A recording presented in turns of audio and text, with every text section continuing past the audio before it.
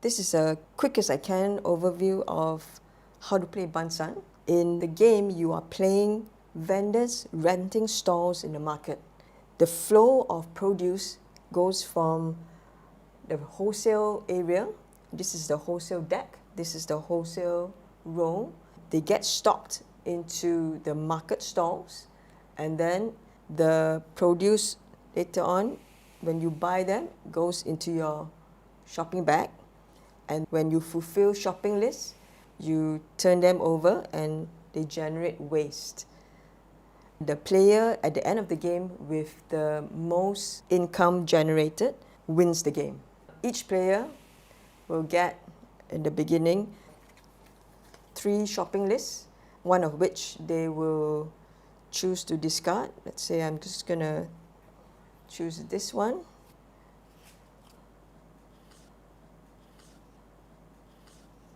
Okay.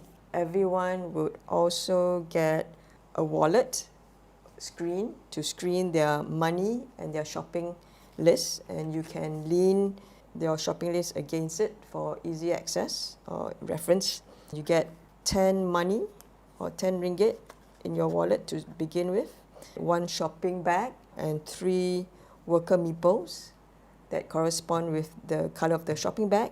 And then you also get 5 produce cards. In the opening round, each player turns over their produce cards and they choose either the top or the bottom to stock into any of the stalls.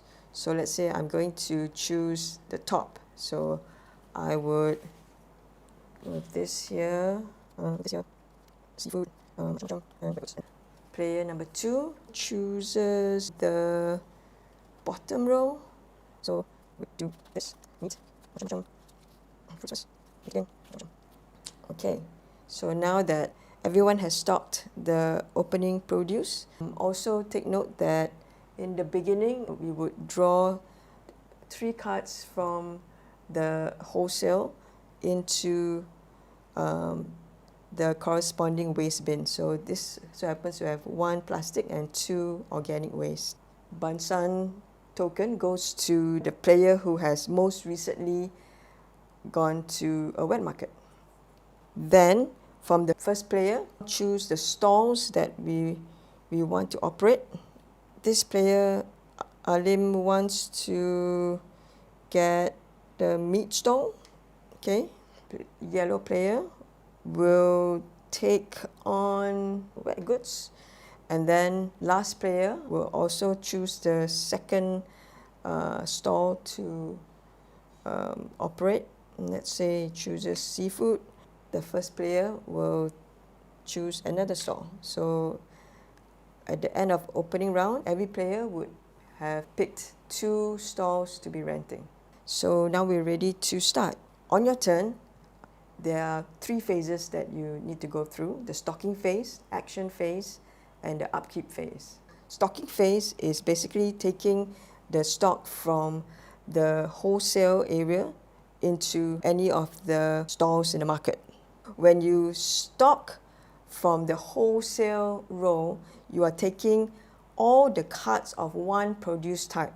So if I take macam-macam, I will have to stock these 2.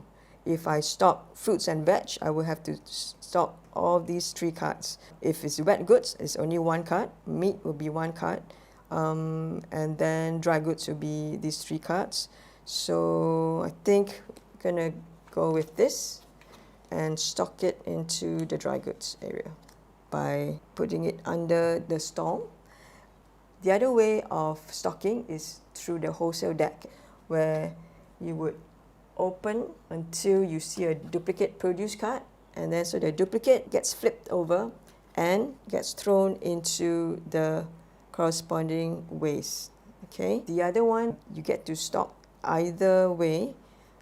So let's say I'm just going to go with seafood, and that's the stocking phase. Next is the action phase. During the action phase, you are taking 2 actions from 3 different kinds of actions, and it could be the same action and in any order. Buying is when you buy one produce type from other vendors or from your wholesaler. So for example, Alim will go first. Or let's say he wants to buy wet goods from Selvi. One wet good from Selvi for either the market price, which is on the reference card, as well as the back of the rule book. And there's also a quick reference for easier reading. So you pay RM1 to Selvi and put this into the shopping bag. You can also buy one produce type from your wholesaler for half price rounded down. Since Lim is selling meat, he has a good relationship with the wholesaler that supplies meat. So he can get meat from the wholesale row for half price rounded down. So the market price of meat and seafood are 2, while everything else is RM1.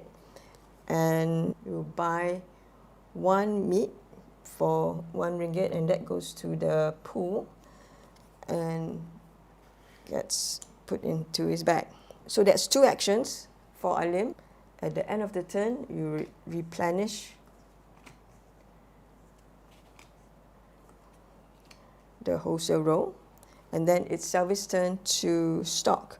So let's say she wants to stock seafood because she would like to take the sell to online customer action for half price rounded down. So she's going to sell all her seafood produce cards to an online customer for half price rounded down. So for market price is 2 times 3 is 6. So she will earn RM3. And whenever you sell to online customers, they just get discarded outside the market, and she will earn RM3.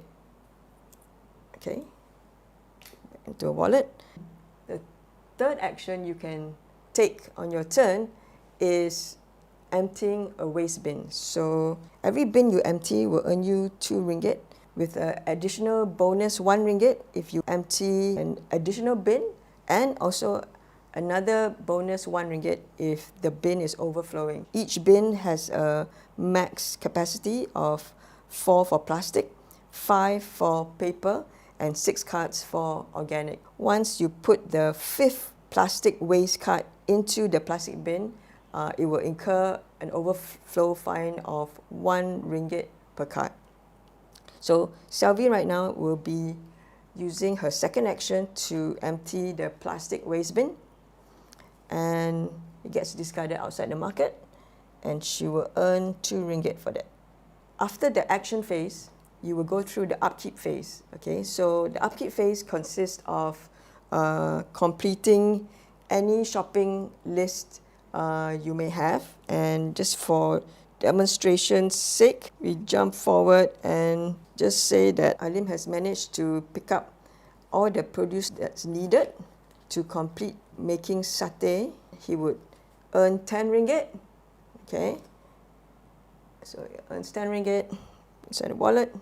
Flip over, put it to the side to say that he has completed the shopping list. And then whatever produce he uses to complete that shopping list will generate some waste. And then so you turn it over, and then you throw it into the corresponding waste bins.